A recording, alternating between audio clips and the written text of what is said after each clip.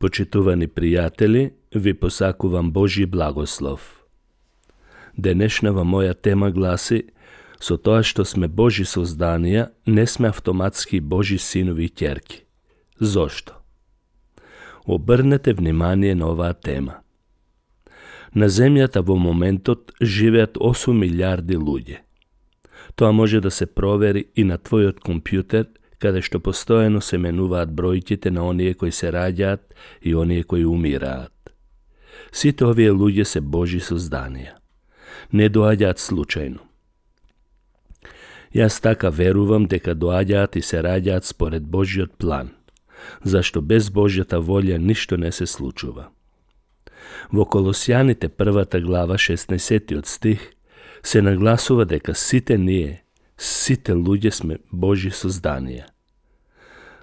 Напишано е: зашто во него е создадено се што е на небесата и на земјата, видливо и невидливо, било престоли или господства, или началства, или власти, се е создадено преку него и за него. Сите овие созданија се возлюбени од Бог и Бог сака да ги соедини со него и да ги спаси. На Бог не му е мило да загине ниту едно создание кое е паднало во амбисот на пропаста.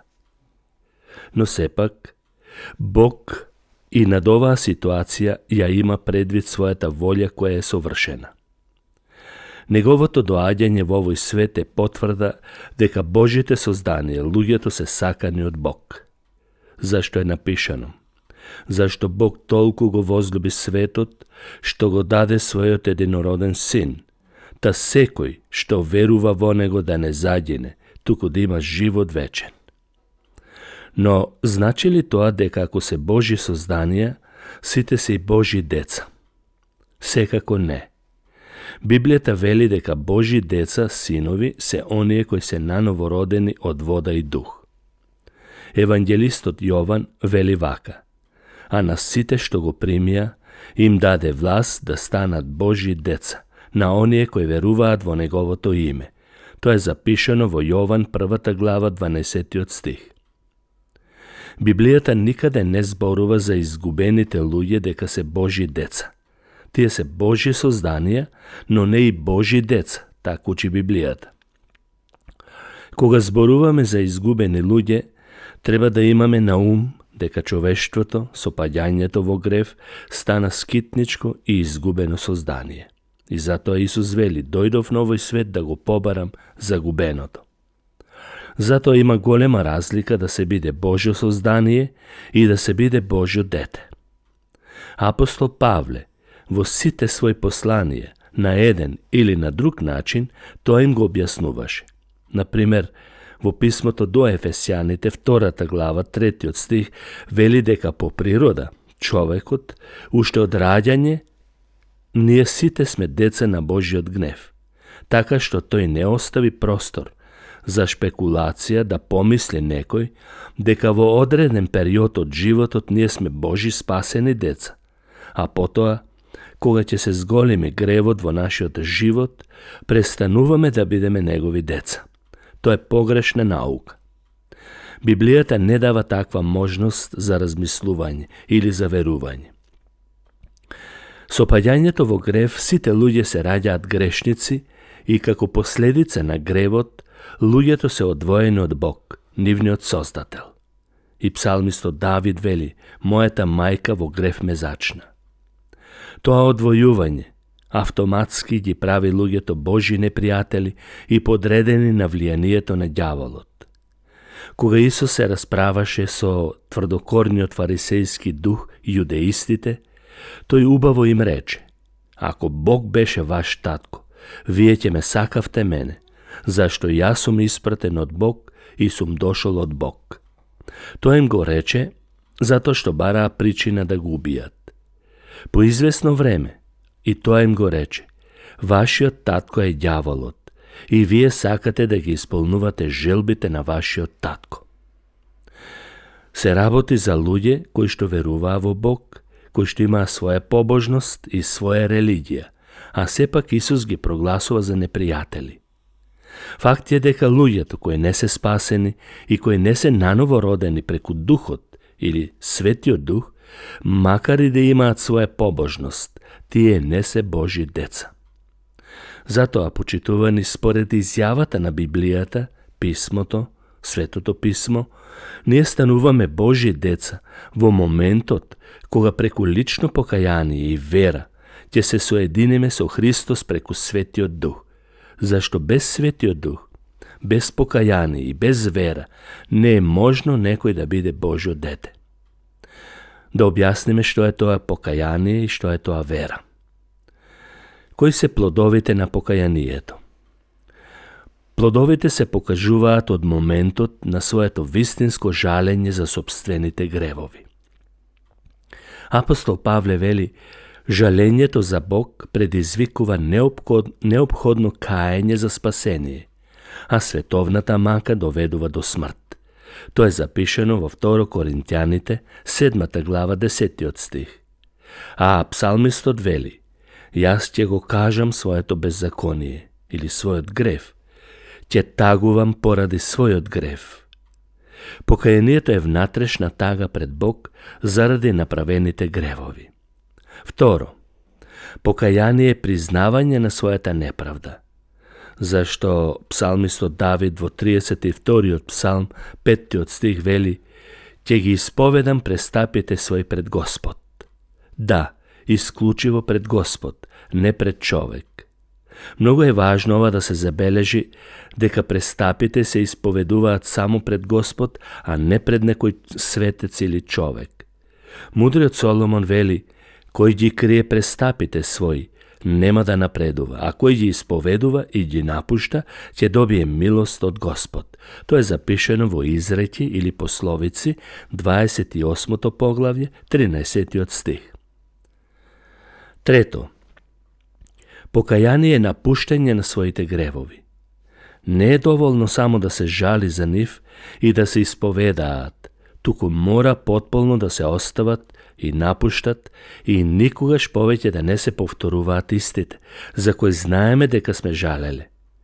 Пророкот Исаија напишал вака: барајте го Господ додека може да се најде, повикувајте го додека е близу, нечистиот нека го остави својот пат и неправедникот советот свој, нека се обрне кон Господ и ќе добие милост. Тоа е запишено во 55 поглавје од книгата на пророкот Исаија. И како четврто, вистинското покаяние е да го замразиш гревот и во себе и кај другите. Пророкот Езекиел вели вака: ќе ве расеам по сите краишта на светот, се мисли на евреите, но пак ќе ве вратам во земјата на вашите татковци. Таму ќе се сетите на вашите патишта и на сите ваши зли дела, што од нив се онечистивте. И тогаш ќе се згнасите од самите себе и од вашите расипани постапки. Што значи, Бог ги расеа по целиот свет заради нивните беззаконија. Како настанува покаяние? Добро е да се жали, да се исповедаат, да се напуштат, но како настанува тоа? Мора да се знае и тоа дека тоа е резултат и осведочување на Светиот Божи Дух. Без Светиот Дух ништо не можеме да направиме. Исус вели: ќе ви го испратам утешителот, а кога ќе дојде тој, ќе го изоблечи светот за грев и за правда и за суд. За грев дека не веруваат во мене, за правда зашто јас си одам при својот татко и веќе нема да ме видите, и за суд зашто кнезот на овој свет или принцот на овој свет е осуден. Тоа е запишено во Евангелието според Јован, 16 глава, 8 до 10 стих. Што значи, треба да се има осведочување на Светиот Дух. Второ, покаянието настанува преку зборот на евангелската вест, Евангелието. Библијата е жив збор. Кога човек ја чита, не може да остане рамнодушен, освен ако ја чита тек така. Зборовите нејзините бодат како со нож. Кога, например, на денот на Педесетницата или Духов ден, Петар му зборуваше на народот, тие од пораката беа толку нажалени, што на крајот рекоа: што да правиме за да се спасиме? Одговорот беше овој: покајте се. Што значи, во зборот е силата. Кога евангелието се проповеда, луѓето се каат. И трето, покајанието е дар Божи дар. Тоа не е човечка заслуга, за да не се пофали ниеден човек. Бог го воскресна Христос од мртвите, за да му даде покаяние и опростување на гревовите на Израелот и на секој човек што верува. Но тоа не се однесува само за оној народ, туку за сите народи на земјината топка.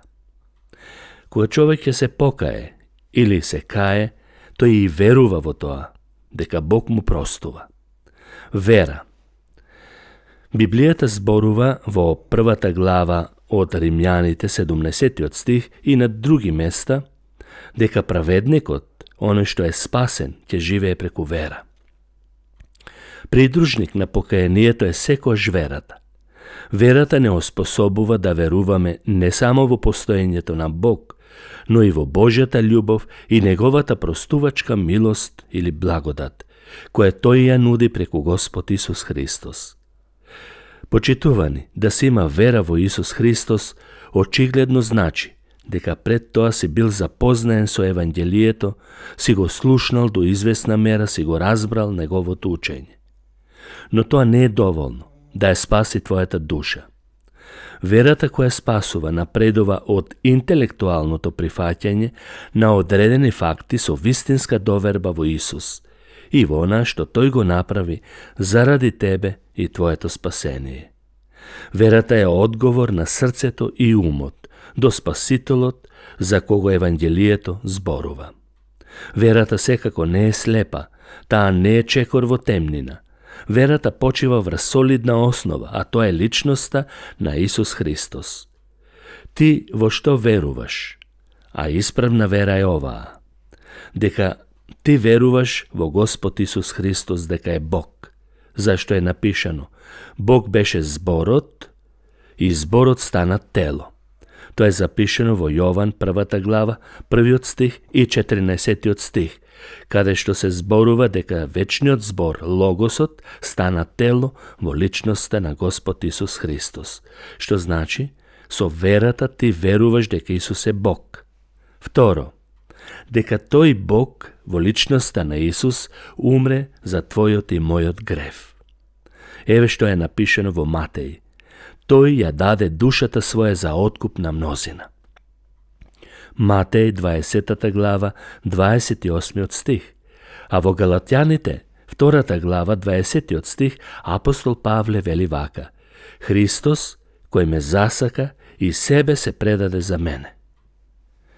Трето, ти веруваш дека тој е единствениот Спасител и никој друг. Исус вели: Јас сум патот, вистината и животот. Никој не доаѓа при мојот татко, освен преку мене. Јован, 14 глава, 6 стих. И, четврто, ти веруваш дека тој сака да те спаси и те спасува. Исус вели: дојдете кај мене сите вие кои сте изморени и обременети, и јас ќе ве успокојам. Тоа е запишено во Матеј 11 глава, 28 стих.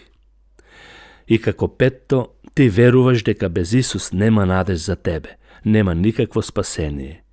Апостолот вели: а сведоштвото е тоа дека Бог ни дарува живот вечен и тој живот е во Неговиот Син. Кој го има Синот Божи, значи кој верува во Него, тој го има и тој живот. Кој го нема Божиот Син, го нема тој живот. Верувајќи во овие вистини, почитувани, ние доаѓаме пред Бог во покаяние, наполно уверени дека тој е силен и да го изврши она што го ветил. И со вера во Господ Исус Христос го замолуваш Бог да ти ги прости сите гревови и да те очисти со скапоцената крв, крв на нашиот Спасител. Го правиш ова верувајќи во ветувањето дека на сите оние што го примија, на сите што веруваат во Неговото име, им даде власт да станат Божји синови, кои не од крв, ни од поход телесна, ни од поход машка се родија, туку од Бог се родија. Во Галатјаните 4 глава, Апостол Павле вели, а кога се исполни времето, Бог го испрати својот син, роден од жена, од Марија, роден под законот, за да ги откупи оние кои беа под законот, за да го примиме посинувањето. И бидејќи сте синови, Бог го испрати во вашите срца духот на својот син, кој вика Ава, татко. Затоа не си веќе роб, туку син, а ако си син, тога си и наследник на Бог преку Христос. Во истово писмо Павле вели, зашто сите сте Божи синови преку верата во Исус Христос. Тоа е запишано во Галатјаните 3 глава, 26 стих.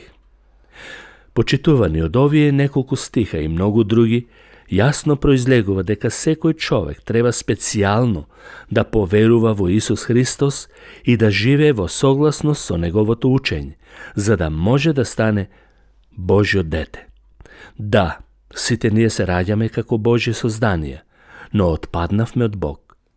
Но сите стануваме Божји деца исклучиво преку покаяние и вера во Господ Исус Христос, кој е вечниот Бог.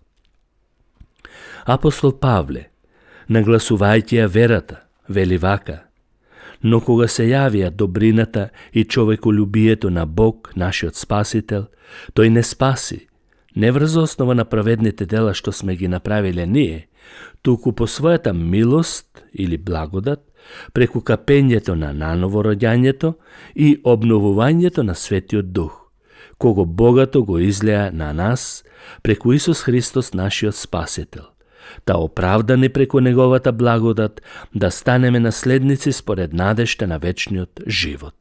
Тоа е запишено во посланието до Тит, 3 глава. Во овие стихови на многу јасен начин се опишува начинот на кој Бог е направил да бидеме оправдани и спасени. И се нагласува верата како услов за тоа и самото покаяние. Светиот Дух го прочистува нашиот живот и стануваме наново родени личности. Ако сега ја виде разликата, време е да преземеш некои чекори кои ќе бидат клучни за твоето вечно спасение. Јас тоа го направив одамна. Зачекорив со вера, зошто би било тешко да го направиш и ти. Да се стане Божјо дете, тоа е голема привилегија, зашто ти нуди вечен живот. Амин.